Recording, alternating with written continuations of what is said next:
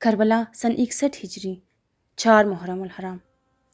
صاحب ریاض القدس نے لکھا ہے کہ جب 4 محرم کی رات عمر ابن سعد امام حسین علیہ السلام کے پاس فرات کے کنارے بیٹھا تھا تو حضرت نے اسے 3 تمناؤں کا اظہار کیا۔ عمر نے کہا کہ میں ابن زیاد کو لکھوں گا، مجھے امید ہے کہ ان 3 میں سے وہ ایک ضرور قبول کر لے گا۔ بات یہاں ختم ہوئی۔ امام حسین علیہ السلام اپنے خیمے میں تشریف لائے اور عمر ابن سعد اپنے خیمے کی طرف چلا گیا۔ 4 محرم کی صبح عمر سعد نے اپنے لشکر کے زعماء کو بلایا اور ان سے امام حسین اور ابن زیاد کے بارے میں مشورہ لیا۔ باتیں ہو رہی تھی اور عمر سعد امام حسین کے بے قصور ہونے کی بات کر رہا تھا کہ اچانک اسی وقت کوفہ سے ابن زیاد کا قاصد آ پہنچا اور عمر سعد کے خط کا جواب لایا۔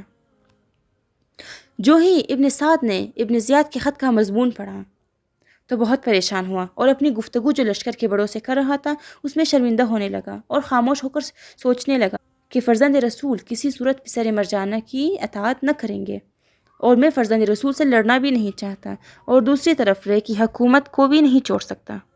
یہی باتیں دل میں سوچ رہا تھا کہ ایک اور قاصد آ پہنچا اور ابن زیاد کا دوسرا خط لایا۔ اس خط کا مضمون یہ تھا: اے ابن سعد، میں نے اتنا بڑا لشکر تمہیں بلا وجہ نہیں دیا اور اس قدر گھڑ سوار اور تیر اندازوں کو تمہاری اطاعت میں بے مقصد نہیں دیا۔ خبردار ہو کہ مجھے صبح و شام تمہارے دن رات کے حالات معلوم ہوتے رہتے ہیں۔ بقول مناقب یہ بھی لکھا کہ حسین پر حالات تنگ کرو تاکہ وہ جنگ کرے یا یزید کی بیعت کر لے، مہلت نہیں دینا۔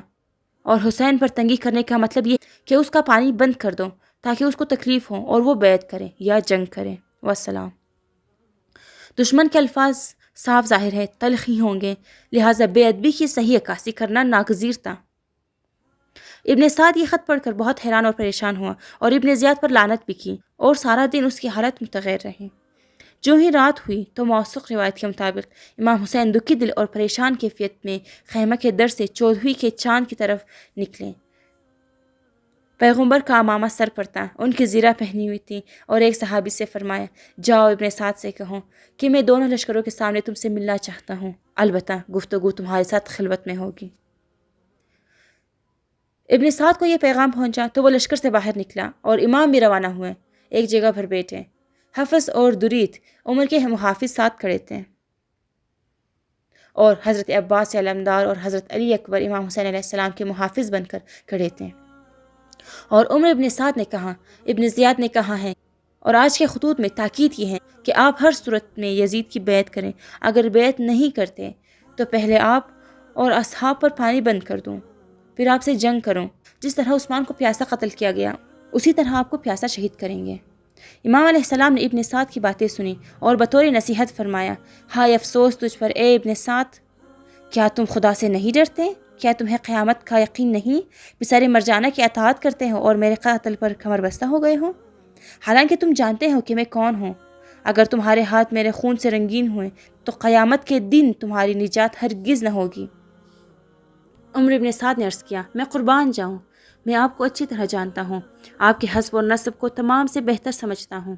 آپ سبط پیمبر، فرزند حیدر اور جناب فاطمہ الزہرا کے دل کا میوہ ہیں، لیکن آپ 2 کاموں میں سے ایک کام ضرور کریں، ورنہ ابن زیاد کے ظلم کی آگ کا شعلہ آپ کو اور مجھے بھی جلا ڈالے گا۔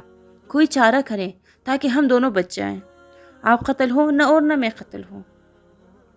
امام نے فرمایا: اس کا حل یہ ہے کہ ان 3 کاموں میں سے ایک کام کرو۔ پہلا، مجھے راستہ دو تاکہ میں مکہ یا مدینہ چلا جاؤں۔ دوسرا، مسلمانوں کے کسی شہر میں چلے جانے کی اجازت دو تاکہ وہاں ایک عام مسلمان کی طرح زندگی گزار سکوں۔ تیسرا، مجھے اجازت دو کہ میں خود یزید کے پاس شام چلا جاؤں۔ اے عمر سعد، اگر ان 3 رستوں سے ایک پر بھی جانے کی اجازت دو تو تجھے بھی کوئی نقصان نہ ہوگا اور میری حاجت بھی پوری ہو جائے گی۔ راوی کہتا ہے کہ خدا کی قسم میں امام حسین اور عمر سعد کی گفتگو سن رہا تھا کہ ان تینوں رستوں کے علاوہ کوئی اور بات امام نے نہ کی، اور یہاں تک کہ امام نے فرمایا کہ مجھے چھوڑ دو، میں بیابانوں میں غریب و نادار اور خانہ بدوشوں کی طرح زندگی گزار دوں گا، اپنے رشتہ داروں اور وطن سے جدائی پر صبر کرتا رہوں گا۔ عمر ابن سعد نے کہا مجھے تو ہر بات قبول ہے، لیکن وہ پرکینہ کافر ان باتوں میں سے کسی ایک کو بھی تسلیم نہ کریں گے، اگرچہ میں اس کو قائل کرنے کی لاکھ کوشش کروں۔ میں اپنی طرف سے بہت کچھ سفارش لکھوں گا، شاید ان رستوں میں سے ایک راستہ دے اور بادشاہ حجاز سے شرمندگی سے بچ جاؤں۔ یہ تھے روز چہارم کے واقعات۔ انشاءاللہ اگلی ویڈیو میں روز پنجم کے واقعات بیان کریں گے۔ تب تک کے لیے فی امان اللہ، صلوات علی محمد و آل محمد، اللہم صلی علی محمد و آل محمد۔